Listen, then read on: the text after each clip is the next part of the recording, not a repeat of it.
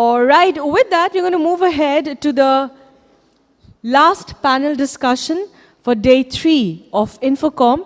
And we're going to take a couple of minutes to set the stage for this panel discussion. Post this, ladies and gentlemen, we will be felicitating the contest winners. Now, what contest is all about and what we really had in it and how did we get the winners, we'll come to it a little later. We're going to hold that for a while now.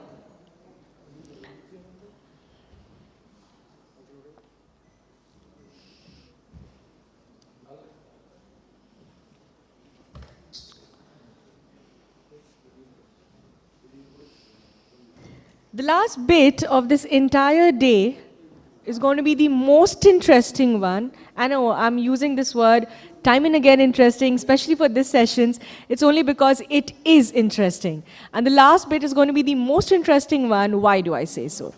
I say so because at that point of time, Sandeep Sengupta might be running a game. And that game is called Catch the Hacker. Sounds interesting? I see a lot of smiling faces. I see a lot of curious eyes over here.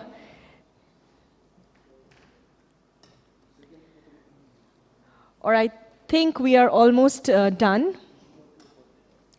And I'll take this opportunity to thank all our sponsors, our partners, our gold sponsors, our silver sponsors as well. And especially Cybolt for this particular session. And yes, of course, without whom this particular session would not have been possible. That is, of course, ISOAH, whose founder and director I shall be calling in a couple of seconds from now, as he is the one to moderate this particular panel discussion.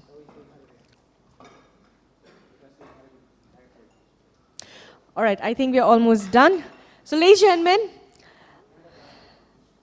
with a huge round of applause and with a lot of excitement in the air, please help me welcome back on stage the founder and director of ISOAH, Mr. Sandeep Sengupta, on the stage. Can I have a round of applause to welcome him back?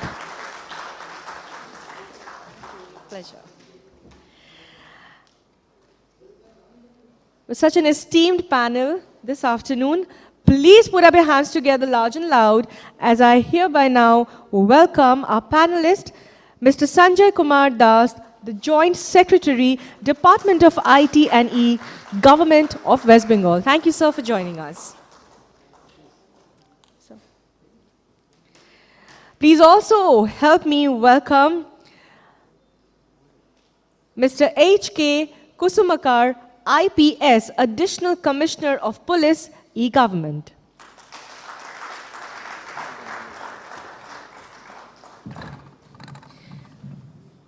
I think this is going to be a complete wholesome panel, as now I will be welcoming our next panelist, Mr. Tashi, Gyanee, the lawyer, Data Protection and Privacy, Khaitan and Company. I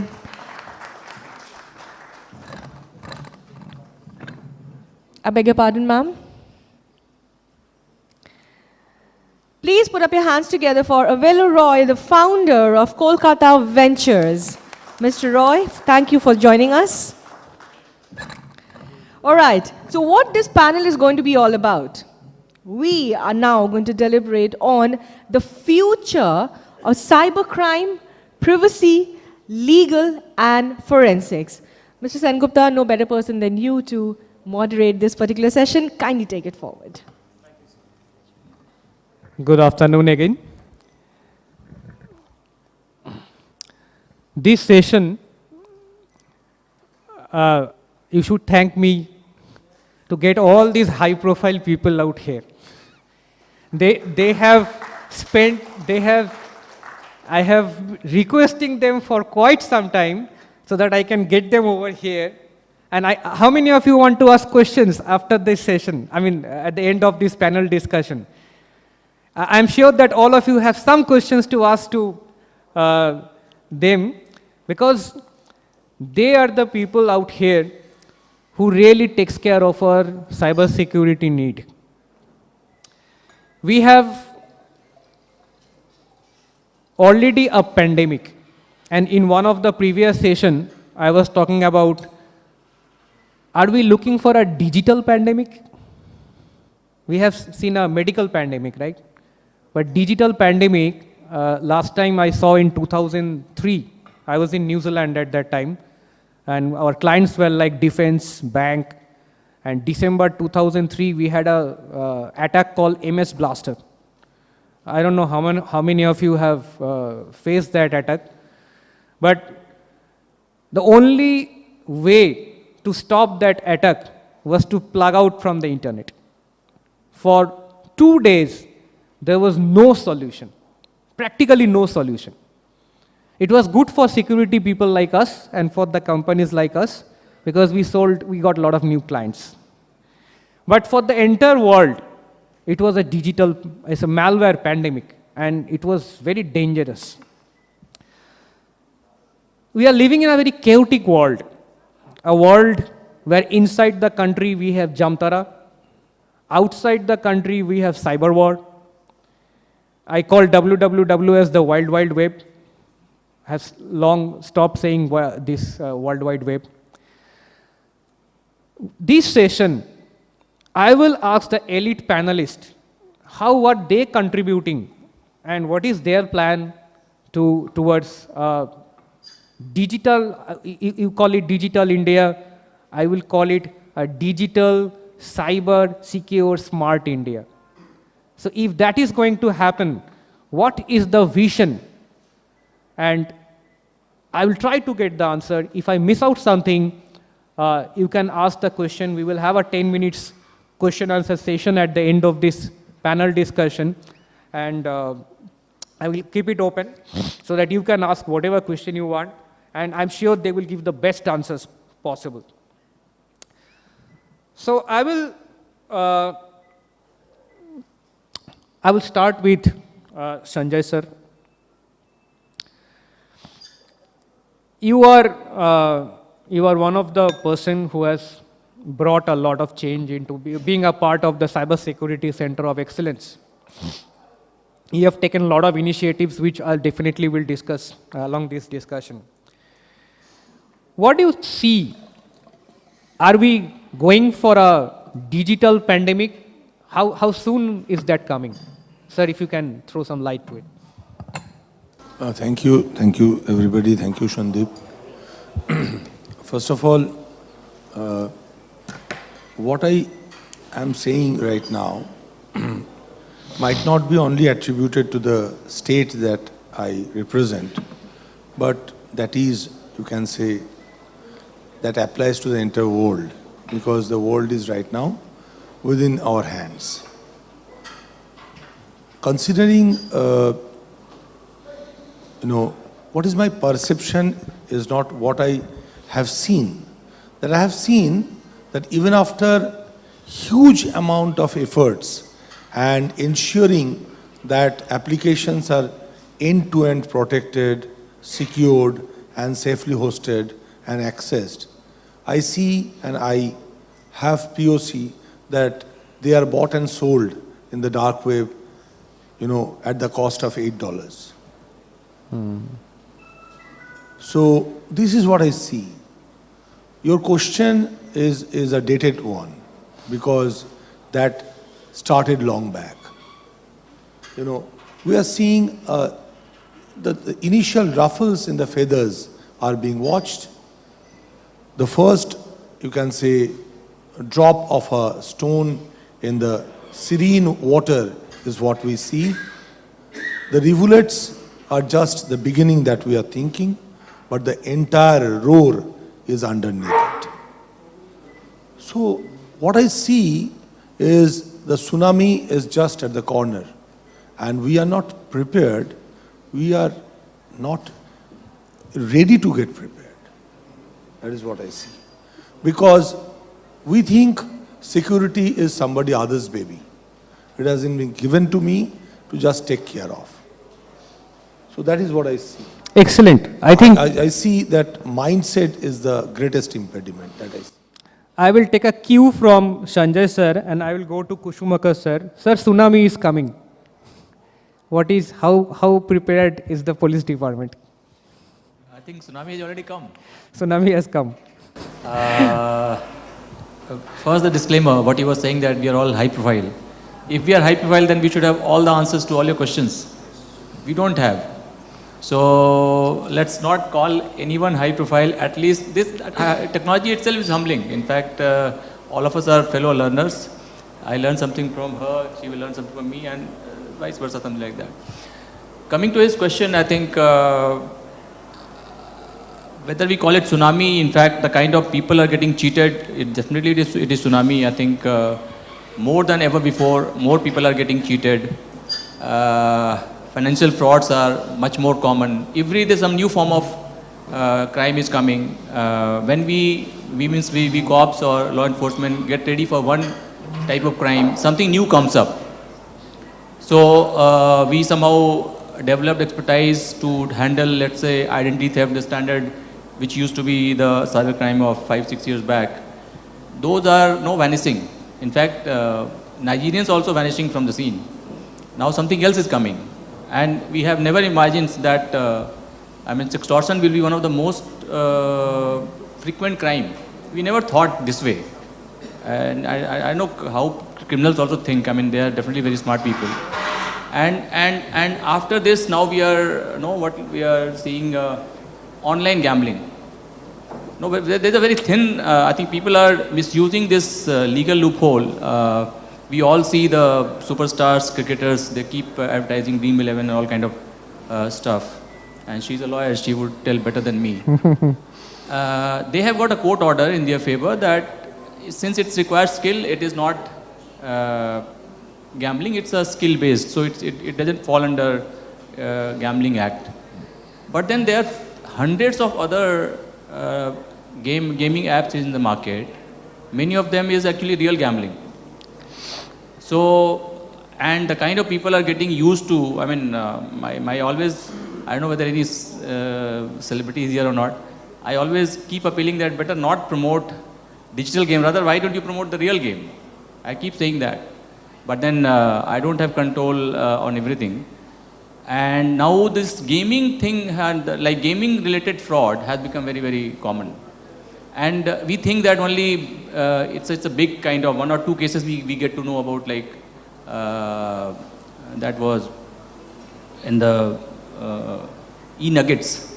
But there are many small other games also in the market, which only we keep getting those things. Recently, just last week only we got another case, which is very similar. It has multiple games. 20 games in one URL. And actually the back of it is basically gambling. So it's a very thin line. So I think people are getting smarter, criminals also getting smarter. And that is why I say I think these things will keep on happening. We will get used to something, though something new will come. So whether we call it tsunami or we don't call it, tsunami is a glamorous word. But we are very much into it. Where in fact if the low skilled people are able to do that, con people and the educated people, then we are into the problem, already inside the problem. Being a forensic, I'm staying with you, sir. No, I will stay with you, sir. I know you for a long time and you are a forensic expert. Like you have done some this study in forensic. So how much do you think that we are talking about cyber security, about the attack, VAPT? How much are we ready with the digital forensic part? Because investigation forensic is very important. So how much is like normal people, police department, everyone? We are not fully ready. But the good news is that we don't need to be very ready with that. Because very few cases require pure digital forensic evidences, where we actually using digital evidence as an evidence. So not less than, it is required in less than 10% of the cases. 90% of the cases are related to, let's say, IP related data, even like mule accounts, or let's say SIM with fake forged account. Few months back, there were 1,200 SIM cards were recovered from one person in Calcutta itself. So somebody is in this business of supplying SIM cards to fraudsters. So definitely digital forensics is one of the important areas which we are working on.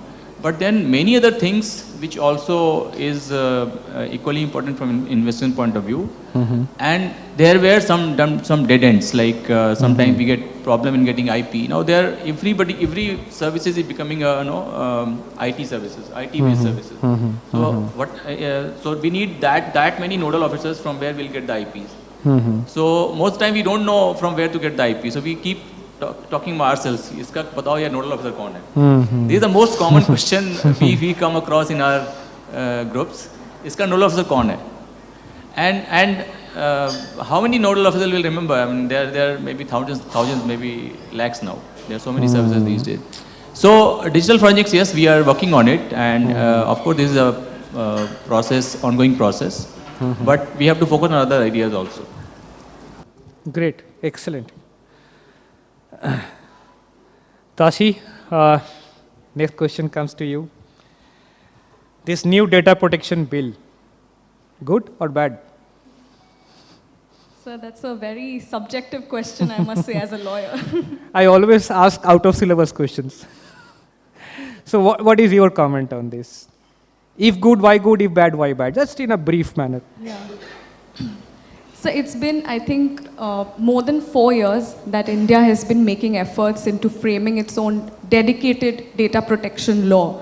And, as one of the developing, now almost developed economies, we were one of the only countries left behind without a law. So it was the need of the hour.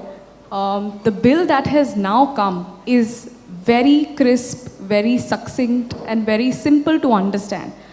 And the intent of the government behind this has been that, common people who are not from a legal background, they should be able to understand what the law is trying to say, what are their rights, what are the entities going to do about it.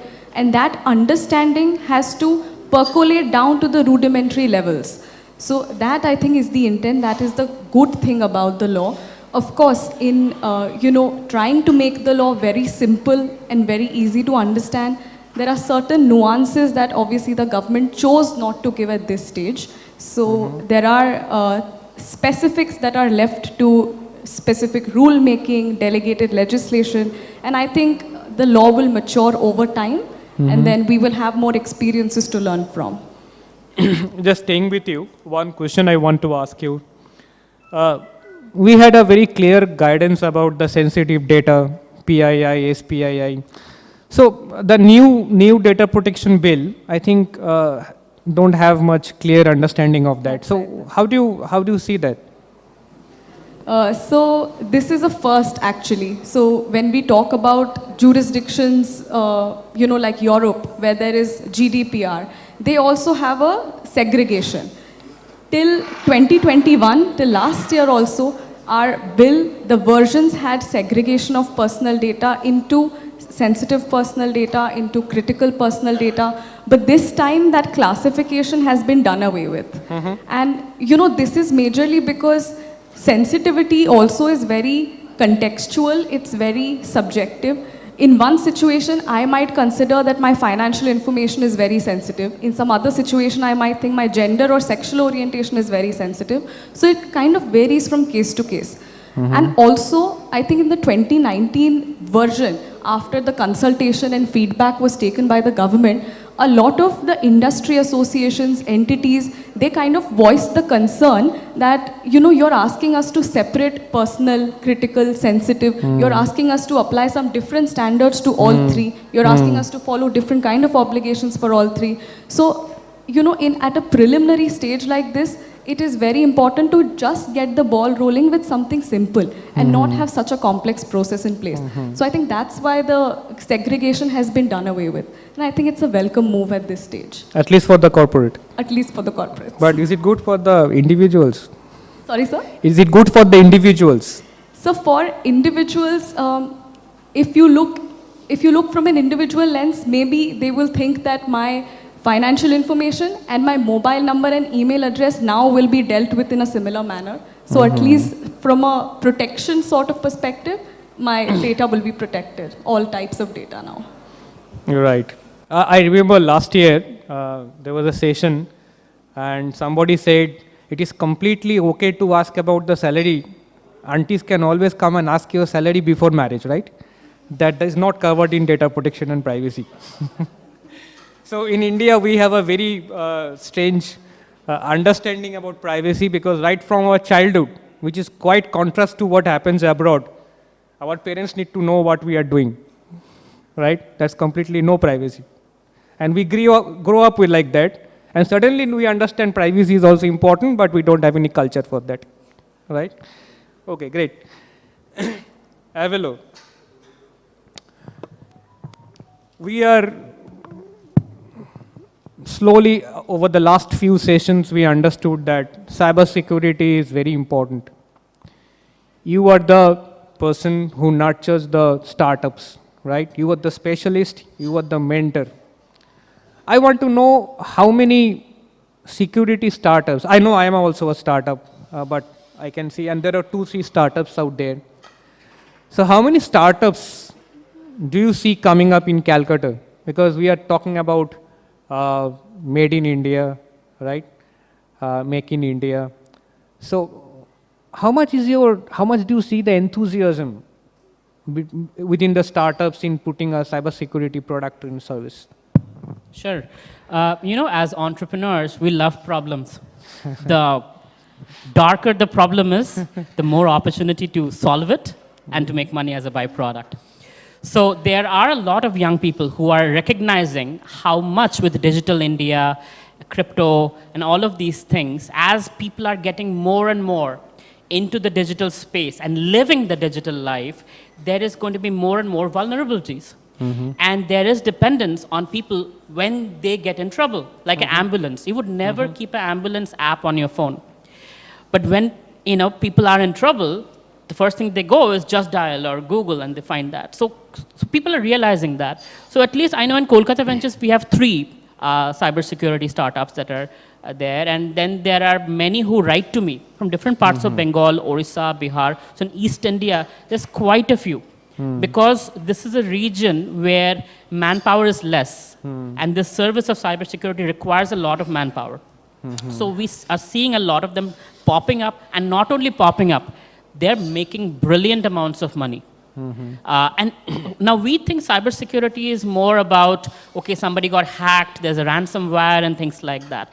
It is much more than that. The identity theft we're talking about, people who are celebrities and politicians, they have a darker side, and they don't want that to come out in Google searches. And it's called online reputation management. And there are companies I know who are dealing with online reputation management of some of the big names out there and making lots of money. And nobody knows they exist because they should not be, right? People should not know they exist. But that's their USP. That's the confidentiality, that's the privacy that they're providing their customers that nobody will know. We will take care of you, don't worry. So it's great opportunity, and our young people are recognizing it, and they're coming on board. Of course, there are a lot of people who don't have the skills, but there are some very smart people who have skills, and there are some very smart, dark people who are planning to shift from the darker side to the white side and actually do it the right way. Because, people like here in the, Mr. Kusumakar and others who are really honing down and scaring them, like, hey, if I do it this way, India's no more a safe haven. This is not, Jamtara and UP or some politician will save me. I can get in trouble. So they are using the same brain that they were using before for harming people to make money in a positive way. So there's a lot of opportunity, and we see that growing as a market. So what I see, also from my experience, what I have seen, most of the mentoring comes from the teachers, the college teachers, the school teachers, and they do not have an exposure to what the corporate wants, right? That is a big problem in Calcutta or rest of India, and maybe in Calcutta more than rest of India. We are very different. At Kolkata Ventures, you have to be an entrepreneur who have made at least $1 million to be able to mentor the startups. No motivational speakers, no authors, no PhDs. Only people who have gone through the rut of bleeding through and making it happen, they are allowed to mentor a startup. So very much practical. Right, right. Maybe you can, later on, we can have a full-fledged session from Absolutely. you on this and how to encourage. Because I can see the disconnect. The talent is there, the corporate need is there, but they do not know each other. See, I'll tell you what's happening. In most of the cybersecurity startups I'm talking about, they don't get too many high-paying customers in India. Because India, the thing is, if I get in trouble, then I'll call you. But I don't want to pay for prevention, although we know prevention is better than cure. But in the Western world, it has become a culture.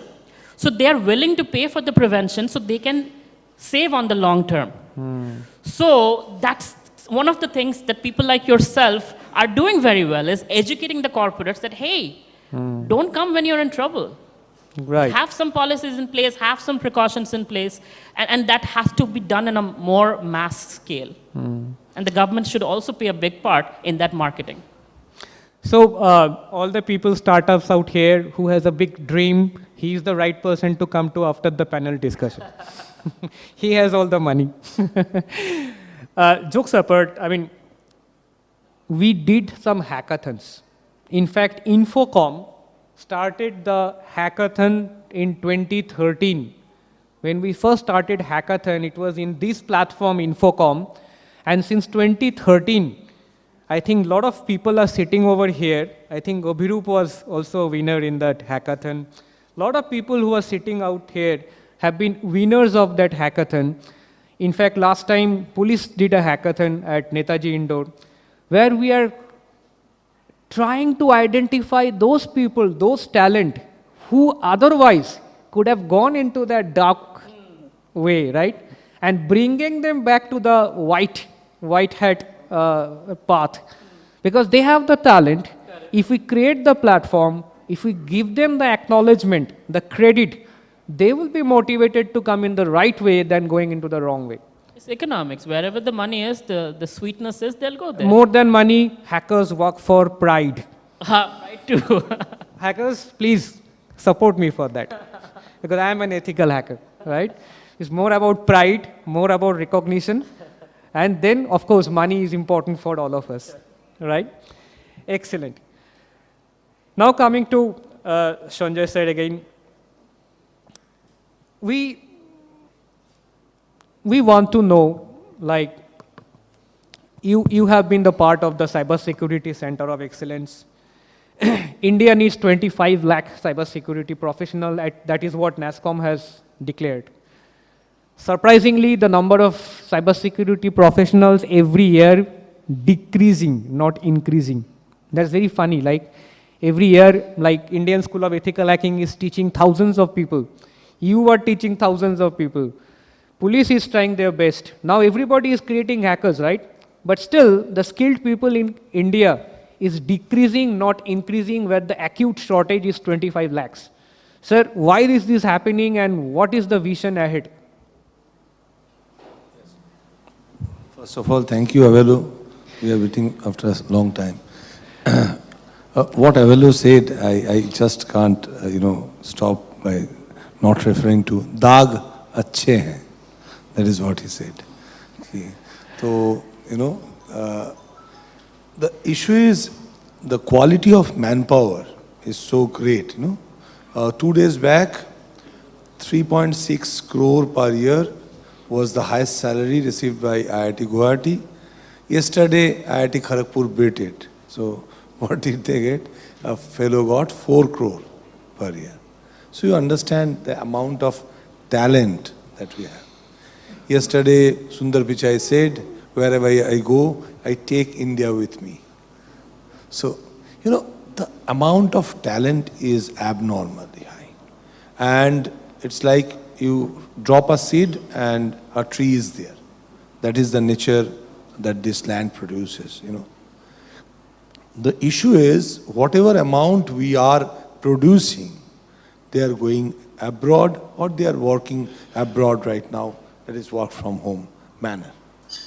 But what is happening with the startups, MSMEs and others? They are completely nowhere.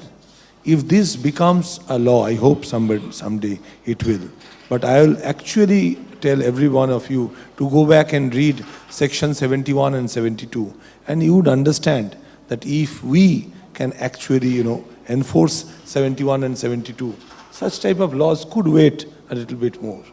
But we don't do that. We don't read, we don't implement them properly, collectively. So coming back to the issue, what Sandeep said, that even though we are actually increasing, so what we need to do is to train in scale. That day I went to Brainwire University, they were telling that they have the cybersecurity technology departments. It's a new thing to me.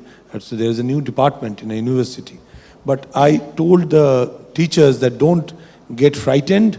Even if you don't know, start teaching. Because if you do not teach what the industry needs, then there is disconnect. Even if you don't know, start teaching. They will learn. You need to actually certify them. So that is what we need. We need everyone to start teaching everywhere. That's why we're the first state to come up with diploma in cybersecurity, which is AICTE approved, and it is being replicated across the country. Right now, hundreds of young students who are not graduates in graduation, so they are pursuing cybersecurity in diploma, and they will be actually utilized by MSMEs, startups, middle-level organizations like yours, and even the big organizations. Then this trend will be broken. But even then, yesterday when we were talking, somebody said that let's create MS in cybersecurity. Definitely. But I told him also, let us do that. But all of them will be picked up by MNCs, and in 3 years they will be working abroad. So once again the number will come down. So let us create, Madhyamik in cybersecurity, higher secondary in cybersecurity, diploma in cybersecurity, vocational training in cybersecurity. That's the requirement, because every small organization will need to have a data protection officer. Just imagine if in 3 months' time, as Tashi was telling, or you were telling, that in 3-4 months' time, if it is become a reality, so say within 90 days, every organization has to comply by bringing one data protection officer. So just tell me an institute which is bringing out data protection officer. 0. Tell me an institute who is ready to have a curriculum. 0. But you say that within 6 hours you report. You 24 hours you report. But even then, the organizations have a beautiful way of bypassing it. They say, I don't know the IOC. So until and unless I know the IOC, my 6 hours does not start. So, everything as a way to bypass. So let us not work on that. Let us just train in scale. I think as per the new national education, yes sir, please. I would like to add what Sanjay is saying. So normally when we talk about experts, number of experts, or let's say engineers, we just talk about numbers. And here I'm not even talking about quality. A lot of people have said that we India have the numbers, but they are not employable. That is a different subject altogether. What I'm trying to highlight here is that, see, the subject itself is very dynamic, and most of the institutions, they create a very ready-made kind of product, very the customized product. Most of us, in fact, require a customized product. Now, here is the disconnect. In most time, like people come to us for as a ethical hacker or whatever, cybersecurity expert. Our requirement is slightly different. Though the subject is same, but then our is a very, very specific requirement, investigation related. But I find difficulty in getting the right kind of people for investigation. Now, why it is so? Because perhaps people don't learn this skill because they think that they don't have much of opportunity. So, and I'm thinking about myself, I think similar problem must be facing all the organizations also, because everybody has a very, very specific requirement. And whether you have the right skill readily available, it doesn't happen that way. You get someone, you try to explain what you are looking for, then he takes some time, he learn, unlearn, and then, so it takes time. So this is where the problem is. So this skill, whatever we call it skill gap, what we call it skill gap or whatever, it's just the number that we require so many people. This actually doesn't work, in my view. So, sir, in this room, we have the maximum number of hackers. The density is very high. The density of the hackers, because a lot of hackers are sitting. I know the faces out there. So, Kusumakar, sir, how many hackers police is planning to hire over the coming 1 year or 2 year, approximately? Because I want to have these guys motivated. I will disappoint you. We don't require hackers. See, our job is different. So we did hackathon with a view that we will identify some skills and which we will try to customize or we train or retrain and use for us, because it's basically the knowledge is the same. How you deploy the knowledge, that is important. I am not supposed to hack. I am supposed to investigate. So how many investigators in the coming 1 year, 2 year you want to hire? That is a good number. In fact, we have 35 cyber police stations in the country, in the state, last 2-3 years.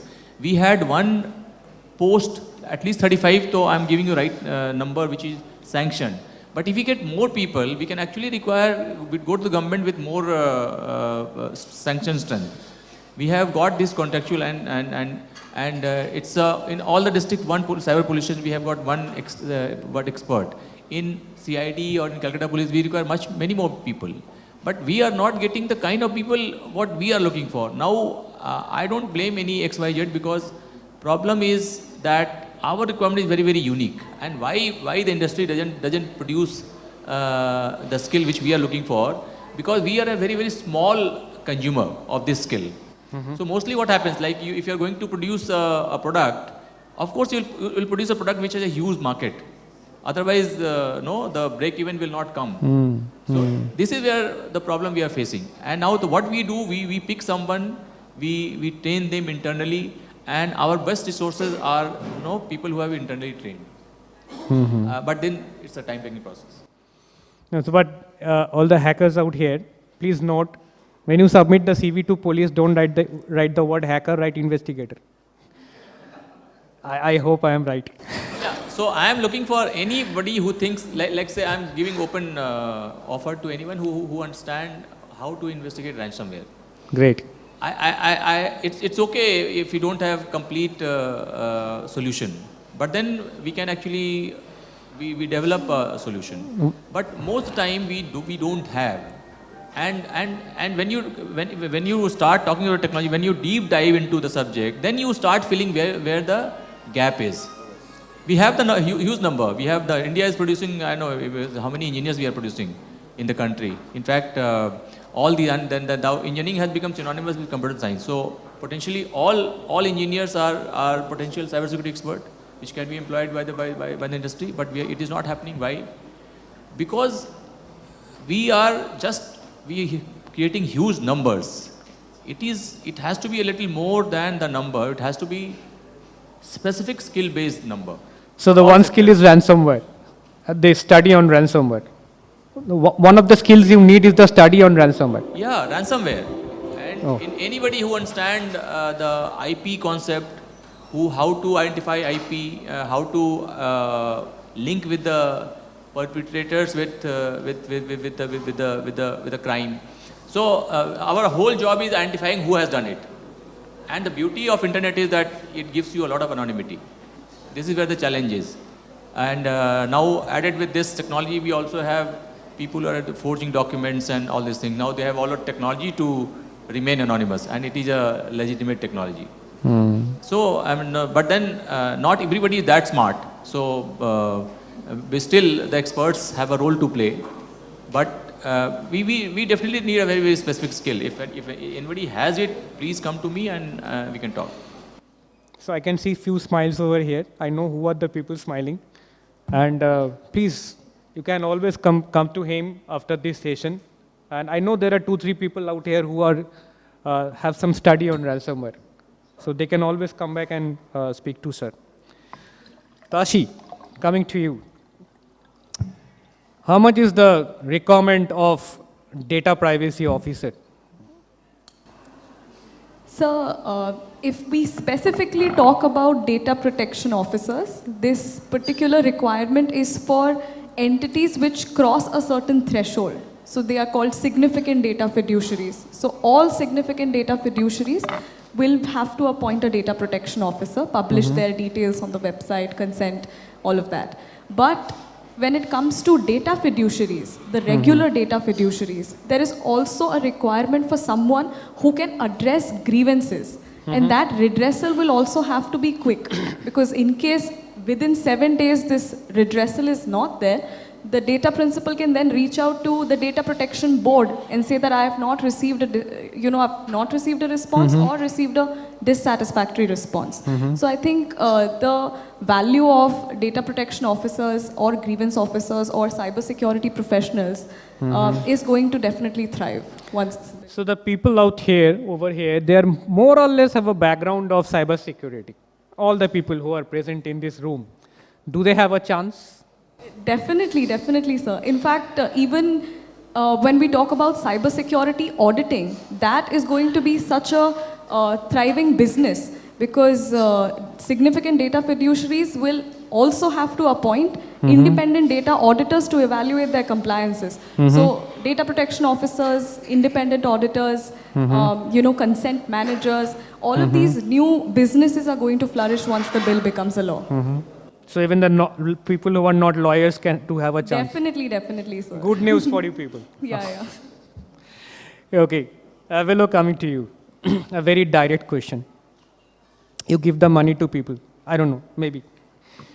A lot of startups sitting over there. How do you evaluate them if they come to you for money? How many startups in the room? Okay, how many startups? Can you show hands, please? One, only one? Anyway, Oh I'll my still God. answer your question. Generally, when you're looking at a company, it's made of people. And it's the people, a okay idea with great people can be successful. But a great idea with average people is highly unlikely to succeed. So first thing is, who are the people behind it? Skill level, chemistry, do they get it at the dynamic, ethical? That. Two is scalability. Because it's an instrument for me to grow my money.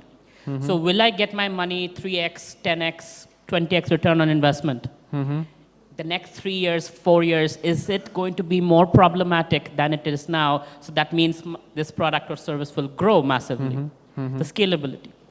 The third thing that I look at is the market. Is the market hungry enough and is it big enough that even if you can capture 1 to 2% of that market, you can be a very, very substantial business. If these things are there, then we have more further conversation. Wow. So I believe everybody is noting down the points which he is saying because money is important. In fact, he's not the only person in the room who is a startup. I am also a startup. Okay. Yeah, please. What Tashi said. Yes, absolutely, those who are actually crossing the threshold. Just imagine most of today's, startups, they are data crazy. So I hope Avelo is also, getting across startups who are working on data directly or indirectly. So as a fiduciary, every organization is de jure, crossing that threshold. So it is better to have a person at hand rather than waiting for the threshold to be reached. That is my 2 pence. Excellent. Now, sir, next question is coming to you. No, there is no pass. Now, this is something I would really like to know. A country's progress depends on research, right? As a cybersecurity center of excellence, how much you are encouraging research? Yes. First of all, research requires real data. Whether Avelo would agree with me or not, even when startups are coming out with POC, they are not getting good quality of support from across the world because their source of data is not validated. So if they are working on, dead data or legacy data, which are not live and transactional, then there is no chance of scalability, that's what he has said. So we need real data, real-time data, and the greatest challenge is anonymity of that data. So what government is working on, or West Bengal government, is the first government in the country to actually, bring out a policy called West Bengal State Public Transactional Data Sharing Policy. So Government of West Bengal has decided to create an anonymized data lake and make it open to everyone, free of cost.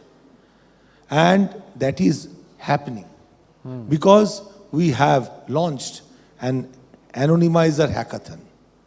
So across the country, we are launching an hackathon whereby we will actually, appeal to all startups, individuals, academicians, professionals, whosoever it is, to come and take part on 2 stages hackathon.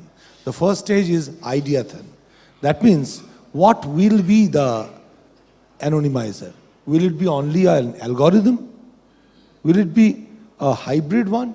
Or will it be just an SOP?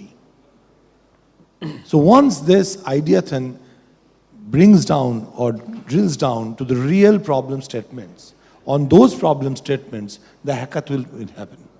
And the hackathon will bring out the stainer, that is the anonymizer, which when taken through public, that means the sensitive, personally identifiable information, the identifiable attributes will be strained, just like in case of your tea, that tea leaves will be strained and the anonymized data will drop into the data lake and it will be made open to the entire world. So what is right now going to happen is the greatest thing in the country, that we are in the process of creating anonymized data lake. So this is the real R&D, which is clearly a POC-based R&D. When these solutions will come, then we will allow these solutions to work in Home and Hill Affairs Department, where transactional data are there, all CCTV camera. Yesterday, sir called me up and asked something about, data center and how they are keeping. So, sir, it will be solved like now, because when that anonymizer will be, brought into your transactional data, only the anonymized thing will be made open and all the attributes will be with you. So as a fiduciary, you will have less problem to face. The greatest problem with data preservation is we tend to spend money on keeping garbage. And garbage in is garbage out. So data anonymizer is what government is doing. There are a lot of things we are doing, but this is one of the best things that I can think that this platform to announce. So you are talking about the Secure Bengal, which is coming up in January 2023. Yes. No, that is one part. Anonymizer hackathon is another part. Secure Bengal is something other than that. That is a hackathon that we, conduct every year. So maybe in all the hackers out here, you can note Not down. only hackers, anybody can take part. Okay. Ideathon is the greatest thing. Repository of problem statement is what the world will require in the coming years. Repository of problem statement, not the solutions. So this is coming up in January 2023, I believe. I hope on 13th of January we'll be announcing, probably from some place. And then next 1 month, the registration will continue. Then for the next 1.5 months, the Ideathon will run. Then the remaining 2-3 months, the hackathon will go.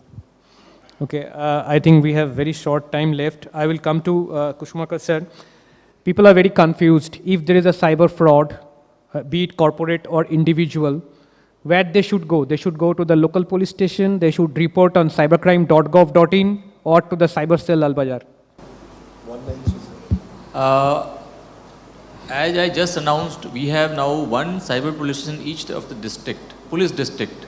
So rather we have more cyber police stations than the number of districts in the state. For the people of Calcutta, cybercrime police station of Lal Bazar is more important because you live here. We have another cybercrime police station in Bidhannagar because that is in the Bidhannagar Police Commissionerate, another in Havda, and third one is in Barakpur. For Calcutta Police, we in fact we take complaint in the police stations also, because numbers are becoming very high. We are now grooming people in all the 9 districts, we call it divisions, where they can investigate at least the straight jacket cyber crimes. Majority of them are straightforward only. It's not once you start investigating, only 10 or 20% are little new or innovative on the part of criminals. The rest are all are standard. So we are developing our team, so you can actually go to police station. Now the bank fraud, how we are defining these days. For in fact, most of the people are actually think the bank fraud is also a cyber crime, which is also a cyber crime in technical sense. But we are now handling it in the police station, just because it doesn't have direct connection with IT Act. It's more of a cheating. Without IT Act also we can investigate and prosecute. So all bank frauds normally handled by police station, so it can be recorded there itself. Other than that also, we are recording few cases in the police station also. So you should go to the local police station first. They will analyze your complaint and they will refer you to cyber police station if it is so required. Thank you. Thank you. Sanjay sir, you want to add something? Oh, okay. I thought he's also, we are in the same boat. So we have trained all over the state more than 3,000 police officials already in different categories. So, and it is going on. So I hope there is no point in going anywhere. First go to the nearest police station, then get guided. Hardly we get this type of news right now. Amar kichu hoyni, amake keu dekhen. Not like that. Should we take a survey over? In fact, other than that, in fact, if you are following this thing, there is a national portal, something called cybercrime.gov.in. So you mentioned them. So that anybody from anywhere in the world can report. And all these crimes are basically referred to one nodal person in the state, then it is distributed to all the cybercrime police stations. On the similar line, we also have our own cybercrime reporting portal. So Calcutta Police website, the link is there. If you are not very sure about where to go, where not to go, you better report there. We will approach you and we will guide you where to go and what to do next. We get a lot of complaints about 3,000 to 4,000. Not all complaints end into FIR because many times it is not required. And we guide people how to go about it. So when it hits cybercrime, people are everything is a generic word. Cybercrime has become a generic word. Everything people think that's a cybercrime, and they want relief basically. Rather whether they record FIR or not, it's not a big deal. They want some kind of relief, which we try to do. In fact, like in mobile phones, what we are doing, in fact, it's one of the most popular service which we are giving. Mobile phone, what happens is when you lose a mobile phone, it is basically reused by the service provider. In the sense that somebody either sell it to some third party and then they put a new SIM and then again come in the network. So what now we are doing is, and it's very successful model it has come up, that now we give it a bulk search to service provider. IMEI search. The moment mobile phone is lost or reported to police station as a lost mobile phone, we take the details, we make a GD entry. Every day we give a huge list of IMEI numbers to service provider. The moment it come in the network, it flags. And the service provider tells us that this is a new mobile number which is being used on this handset. Then we call it. Now, most of the time these people are outside. Recently, I've got a set who was in Ranaghat. The mobile phone lost in the city, and somehow he reached to Ranaghat. That guy and that guy was a kind of he just went to a shop and got a smartphone at a very cheap price. We can call him also. We can make a part of a syndicate, but we are saying कि बेटा आप लोग इसको वापस कर दो. हम लोग आपको कुछ नहीं कर रहे. This model has worked a lot, and we could otherwise if we say that we prosecute you, then this guy will vanish. This guy will vanish, he'll demolish, he may break the phone, he may make the SIM card, and then nothing will come out. So it is not a completely legal solution, but then at least, and our recovery rate is almost 50%. Excellent. Which used to be earlier 10%. Very good idea. Excellent. Tashi, already 000 over there. Quick question. How soon the bill is coming? So there were rumors that it's going to be passed in this winter session, but that's definitely unlikely because the consultation itself is going to go on till 17th December. Yes, sir. So there is information though that it will be passed in the upcoming budget session, which I believe will start in February 2023. Hopefully it will get passed. Excellent. That's great news for the consumers. Very good. Last question before I open up to questioner session for the audience. We always talk about entrepreneurs ho to Bangalore jao. Is Kolkata changing? That's what I've been calling for the last 6 years. And it's definitely showing results. A lot of thriving. I just came from an event, you were invited there as well. We just felicitated by the IT Minister today 6 startups from Kolkata Ventures that have crossed 1.5 crores in revenue. Wow. Without funding. Wow. Completely bootstrapped, started from zero. One was Murshidabad, one was from Ranaghat, one was from Bonga, 2 were from Kolkata, one was Bardhaman. So Bengali startups with zero resources, dream in their eye and a phone and a laptop, they're able to build businesses. One startup built during the pandemic, they're a legal ed startup. So they're basically helping legal students. And they're one of the national players now, sitting in Murshidabad, teaching law, with a laptop and a phone and making crores. So yes, absolutely. It's different from Bangalore and Gurgaon and Pune, where funding is happening and lots of money is being burnt and wasted. But here, startups are profitable, people are hungry, and maybe a lot of copycats are there, yes, but what's wrong with that? We have a large enough population that copycats can coexist and still make lots of money. And So- intellectual people out here. Absolutely. So it's fine. Excellent. So a lot of good news for everybody. I believe all of them have given you. We have requirement from the police department, not for hackers, but for investigators. We have a lot of things happening from the government. Sanjay is coming up with a lot of good ideas to engage the right from schools to the corporate. We see the data protection bill is coming, and hopefully this will stop all the pesky calls and lot of good opportunities for people who are not lawyers, both lawyers and the people who are not lawyers. And finally, Avelo has said Calcutta is the rising place for the startups, and a lot of money is coming over there. Before she comes up on stage, any question? 2 questions maybe. Yes. Can I have a mic? Yes. Quick question to Kusumakar sir regarding what you said, the bank fraud and other stuffs. Since past few months, and we have observed that scammers or hackers are mostly targeting the old age people. Those sons or daughters are not staying with them; they are in abroad for job purpose. So, is there any plan from police or government side that to go to their blogs, identify those people, and share the awareness program with them? Yeah, so in Calcutta there is a very well-established, very age-old program called Pranam. Pranam is actually targeted for old age people. We call it 65 plus. Mostly we are targeting or enrolling people who are staying alone. So initially it was not for cybercrime, but now we are also covering that. And similar program is being run in Salt Lake and Howrah and now Barakpur also and other districts also.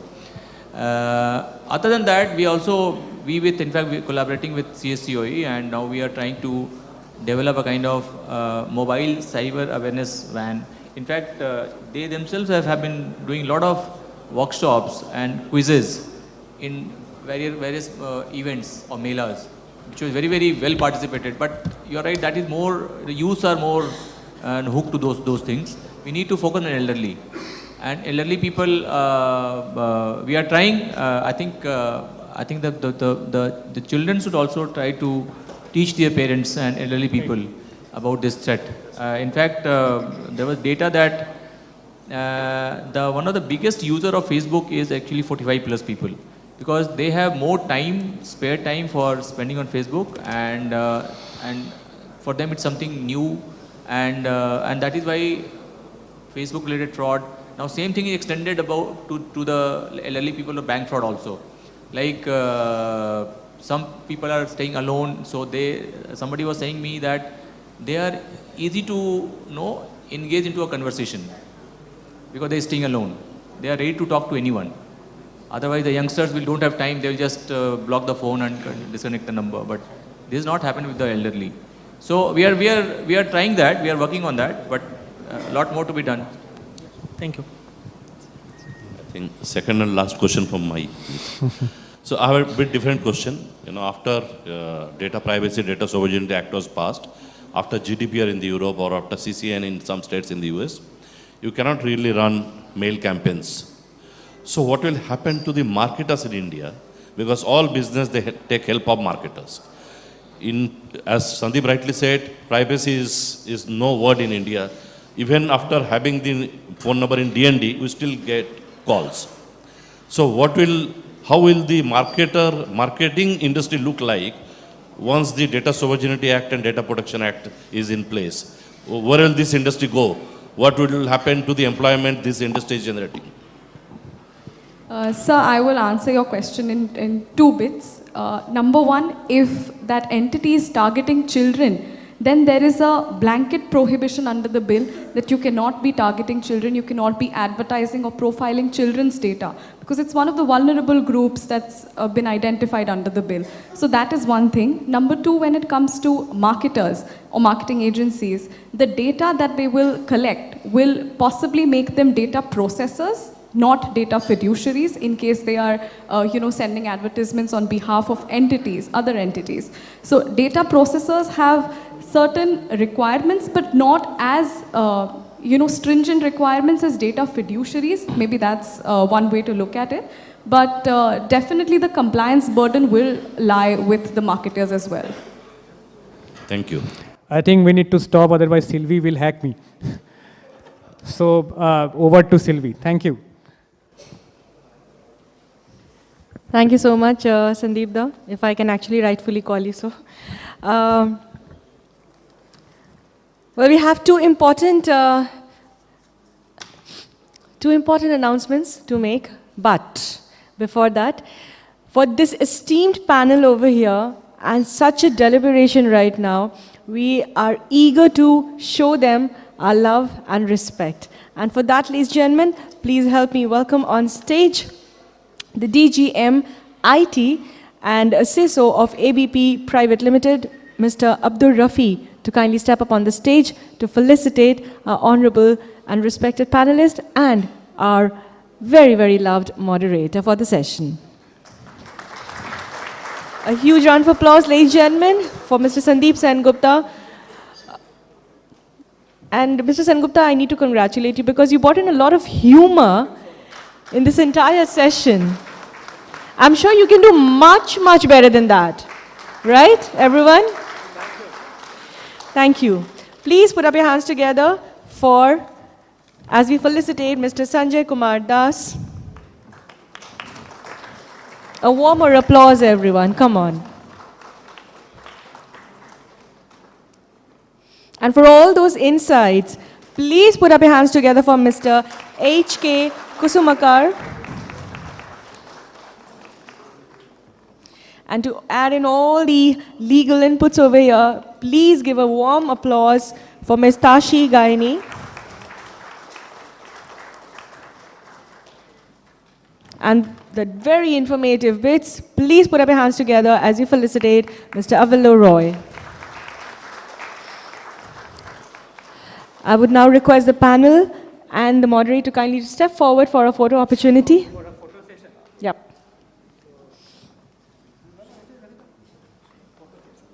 I'll also request Mr. Rafi to join.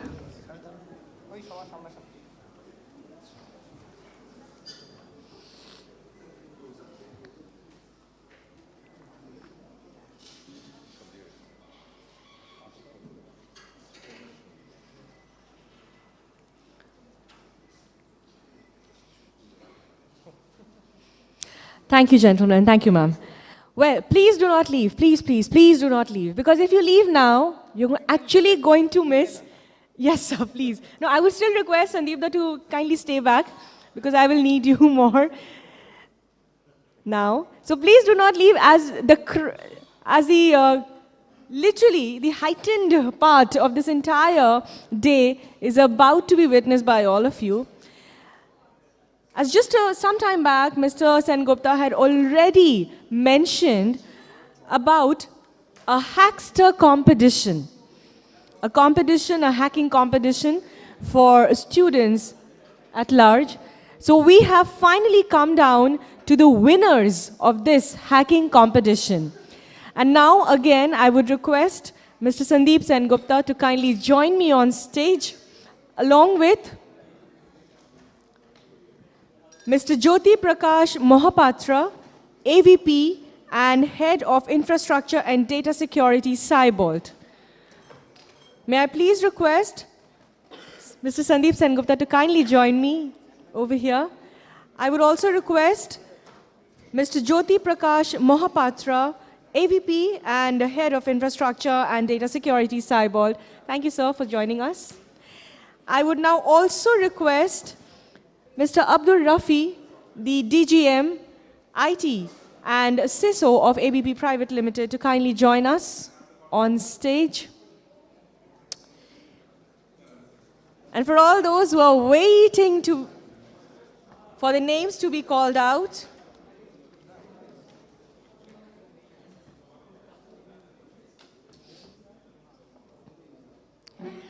I would first request all of you to settle down.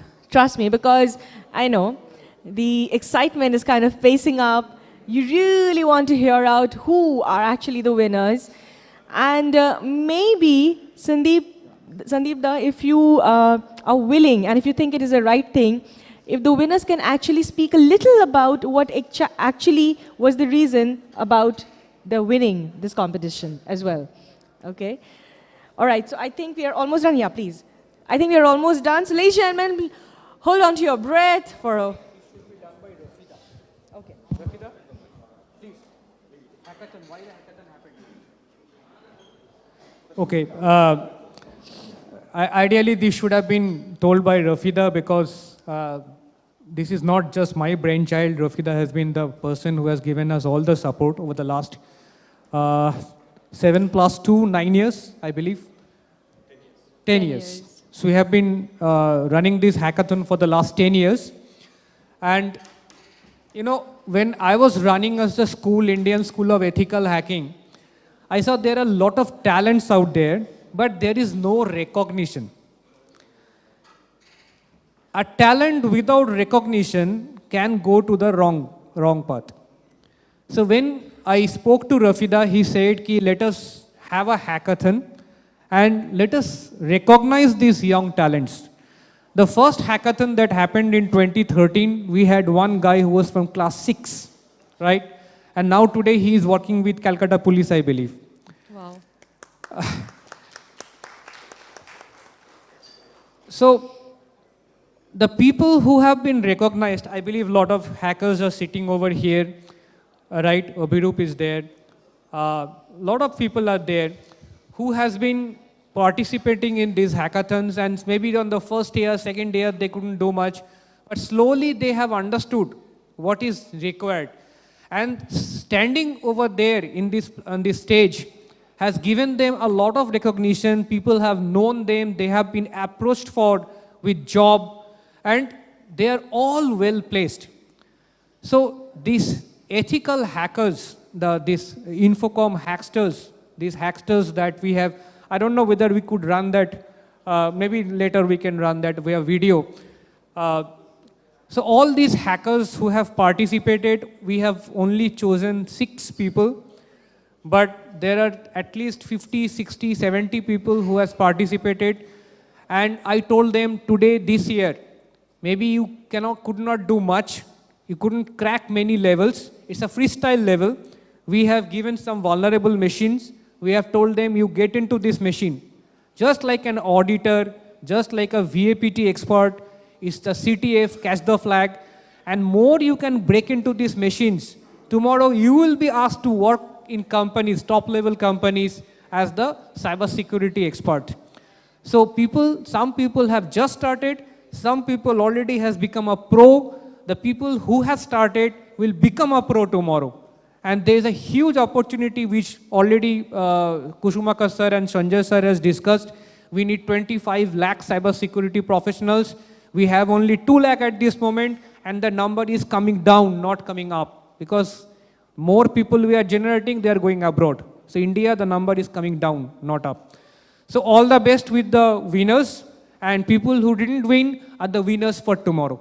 Absolutely. Right? Absolutely. On that positive note, ladies and gentlemen, please put up your hands together as I now pronounce the second runner-up of Hacksters 2022.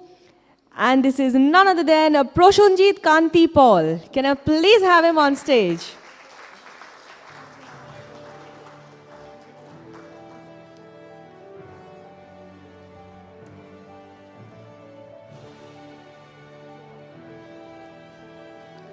I would also request Joy Sengupta, a Hackster's second runner-up, to kindly join his partner on stage. A round of applause, ladies and gentlemen, for both these gentlemen, Proshonjit Kanti Paul and Joy Sengupta, who are the second runner-up of Infocom Hacksters 2022.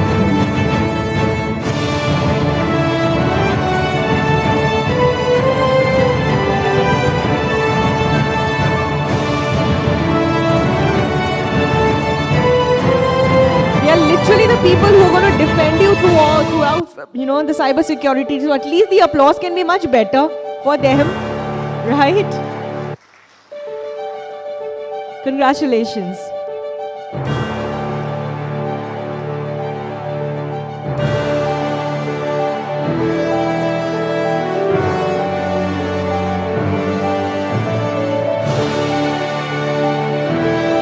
Can we all hear it for them? Thank you. Thank you. Congratulations. And with that, we move to the first runner-up of Infocom Hacksters 2022. Any guesses?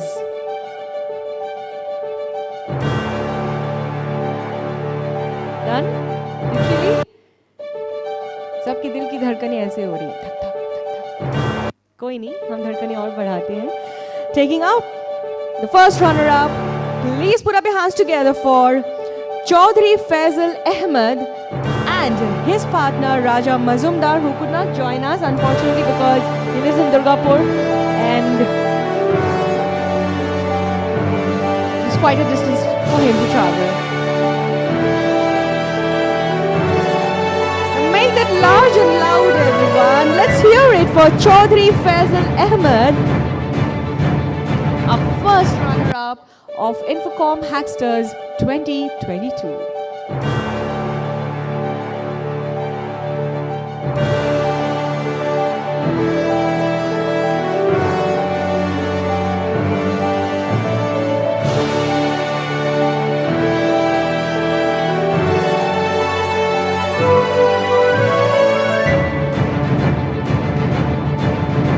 I can actually see his hands trembling like anything. I would also request Faisal to accept the award, the prize, the certificate on behalf of Raja Mazumdar, his partner.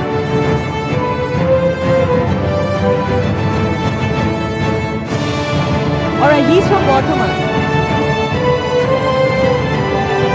It actually gives me an immense pleasure to know that people, such young brains coming from the suburbs of Bengal, reaching to this height. Congratulations, congratulations. All right, ladies and gentlemen, with that, let us move towards the champions. Yes, I'm talking about the winners. Infocom Hacksters 2022 winners are... Please put up your hands together for Anubhav Mukherjee and Neha Doloi.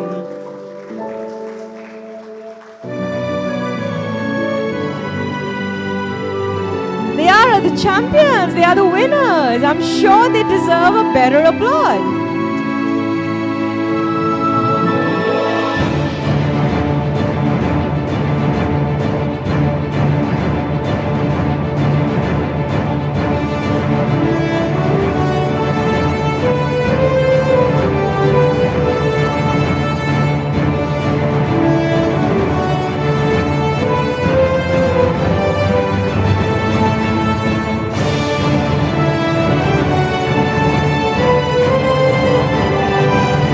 Rafi sir, no, hang on please. If Rafi sir and Sengupta would allow me, I really want to know a few things from both of them.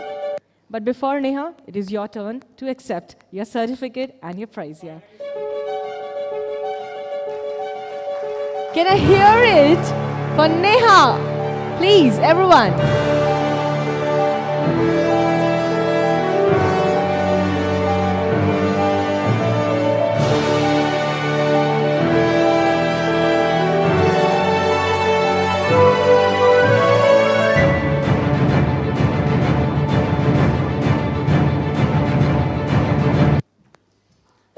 Okay, I'm sure since you have already taken up this, I don't know, have you taken this up professionally? Are you willing to? Yes? मैं पानी पिलाऊं? Is that okay? Okay. If you have taken this up professionally, what I really want to know is that what is the future after seeing and participating in all the panel discussions which we had throughout the day, and especially the last one? What is the future which you are looking for, individually for both of you, with this as a profession? And that is going to be, in a way, inspiration for lot many, as Sandeep rightly mentioned, who hasn't really made up to the final 6, are actually the winners for the next year and the coming up years. So what is the future which you are looking at in this? Actually, first of all, আমি third ইয়ারে পড়ি and এখনও পর্যন্ত এই first time আমি এই হ্যাকাথনে winner হয়েছি and সমস্ত অর্গানাইজারকে আমি থ্যাংক ইউ বলতে চাই যে এরকম একটা ইনিশিয়েটিভ নেওয়ার জন্য, যে আমরা একটা ফার্স্ট অফ অল আমাদের যেটা শেখানো হয় সেটা হচ্ছে আমরা একটা ভার্চুয়াল ল্যাবের মধ্যে সমস্ত কাজ করি, বাট এরকম ধরনের সিটিএফ আমরা যত পাবো তত আমরা রিয়েল লাইফ ওয়ার্কের সাথে আমরা আরও ভালোভাবে পরিচিত হব। তোমার ফিউচার ধারণা আছে যে তুমি এইটাকে প্রফেশনালি নিয়ে যেতে চাও এগিয়ে, রাইট? হ্যাঁ, সো ফিউচারে ইচ্ছা আছে যে লাইক পেনিট্রেশন টেস্টিং ফিল্ডে যদি আরও ভালোভাবে এন্ট্রি করা যায়। Fantastic. Neha, what about you? তোমার কাছ থেকে জানতে চাইবো। আমি কোনো রকম কোনো ইনস্টিটিউশনে পড়ি না, লাইক আমার self taught. I think that actually calls in for an applause. So ইচ্ছা আছে যে কোনো লাইক কলকাতা পুলিশ বা বিধাননগর পুলিশের কোনো সাইবার সিকিউরিটিতে যদি আমি কোনো চান্স পাই তো আমি করতে চাই। So basically you guys are actually our superpowers for people like us, right? Super cops, absolutely super cops. Congratulations to both of you, and I'm really, really hoping both of you will actually be an inspiration to many such to follow. Thank you, gentlemen. Thank you so much. Please be seated, and Sandeep, I will not let you go as of now. Okay.